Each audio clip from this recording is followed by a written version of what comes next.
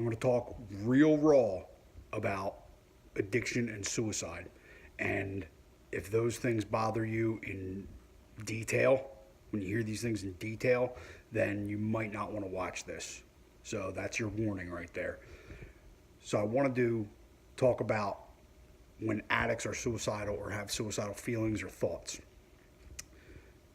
When you're an addict, even when you're in recovery, and you are someone that deals with suicidal thoughts, there is a kind of romanticism around the idea. Kind of like the tragic hero kind of that's the best way I can think as a comparison is like this tragic hero idea. And you think that when you start having those kind of thoughts, the thought process for me at least is like, oh well, you relapse, and you're taken, you've basically fallen from grace with everything, and by being taken by your addiction, and it culminates in this grand gesture of taking yourself out, of killing yourself. And I know this doesn't sound like a romantic thing, but like I said, this tragic hero concept, which we do romanticize as a culture in literature, in film. A lot of times it's the hero sacrificing themselves. But when you are in this state of mind, it's an unhealthy state of mind. Sometimes you can't tell the difference. Sometimes you feel that it's like, well, it is kind of like that. I'm sacrificing myself for a greater good. I know that's how suicide always felt to me. Was the concept was it's a greater good if I'm gone. So, sometimes, like I don't get trapped in suicidal thoughts anymore. But it's where my depression goes. I don't get trapped in them now. It's like they're passing thoughts, and it's because I take care of myself now. But I wanted to talk about this idea when people think like this, because I've heard a lot of people echo this sentiment that the idea of suicide is romantic, and I know a lot of people have thought the addiction that ends in the addict's death, the death of the artist, and all these things, and they talk about it in a romantic way, and they make it sound like it's I don't know. You think about the tragedy of all the great artists we've lost.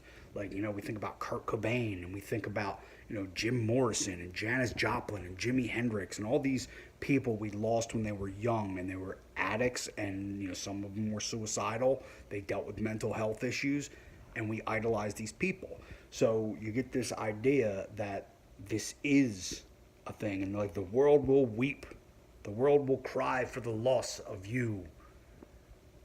And I just want to shatter that entire concept because it's fucking bullshit.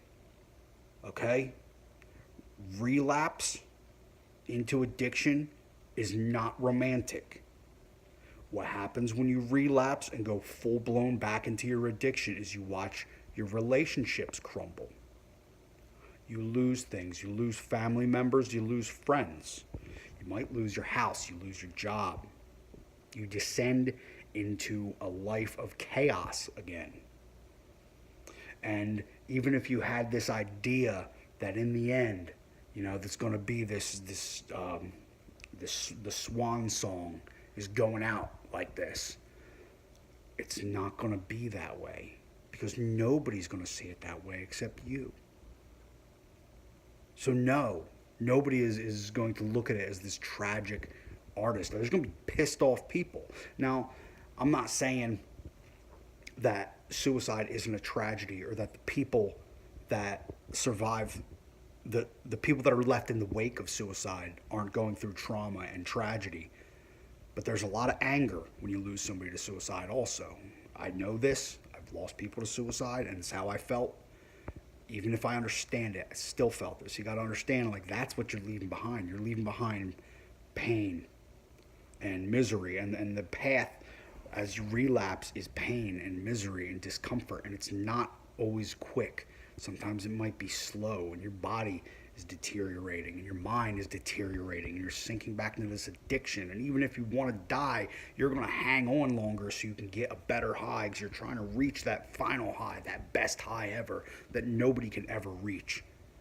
And if the drugs or alcohol don't kill you, and then you end up doing it yourself, let me real quick straighten out the reality of what suicide is. There is nothing pretty, nothing romantic about killing yourself. Because the fact is, no matter how you do it, it's not going to be some peaceful thing. There's going to be pain. And even if you, let's say you take a bunch of sleeping pills, there might not be pain for you.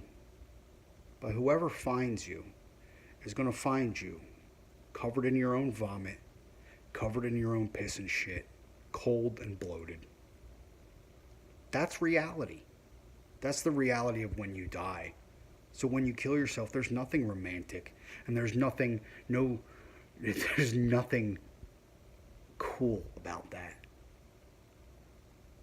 Because when you're found, even if you don't overdose, if you hang yourself, anything, however you kill yourself, you're going to release your bowels. So that's how you're found. And that's the final memories of you as a person. Are going to be you, covered in your own excrement, after a lengthy relapse. It's not romantic. It's nothing like that. It's sad, but not sad in a, like I said, like a tragic hero type of way. Sad in just how far down somebody can go and how far people can fall. I've romanticized suicide so many times. I've romanticized the concept of descending into addiction and then killing myself. That's been a thought at times in my life where it's like, I'm just going to run with this and it's going to be this big grand thing. But the fact is, you just hurt a lot of people and then the world forgets about you. Except for the people you hurt, and they just stay hurt. It's mental illness. When you're thinking along that path, it's just mental illness. It's not reality. It's not going to be how you think it would be. I don't know why today I picked to talk about this, but it just popped into my head earlier, and I've been extrapolating on it throughout the day so far, and thinking about it. I don't feel this way, not anymore.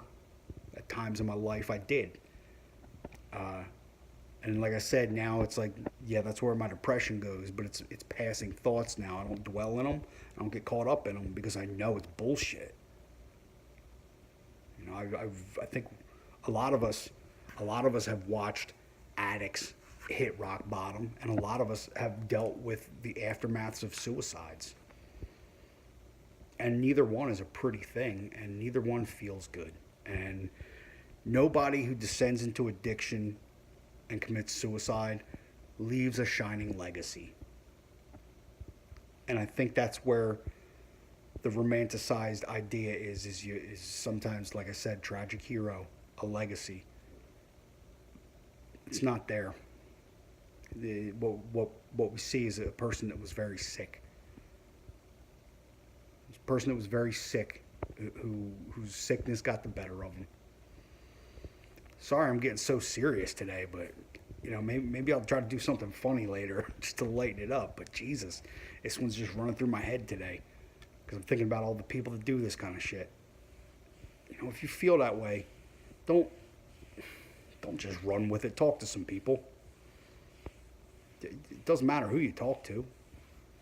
If you feel that way, I think you should probably get professional help. I get professional help. I've had it. I still have it. It's good for you. Just don't do that. Don't do that shit to people.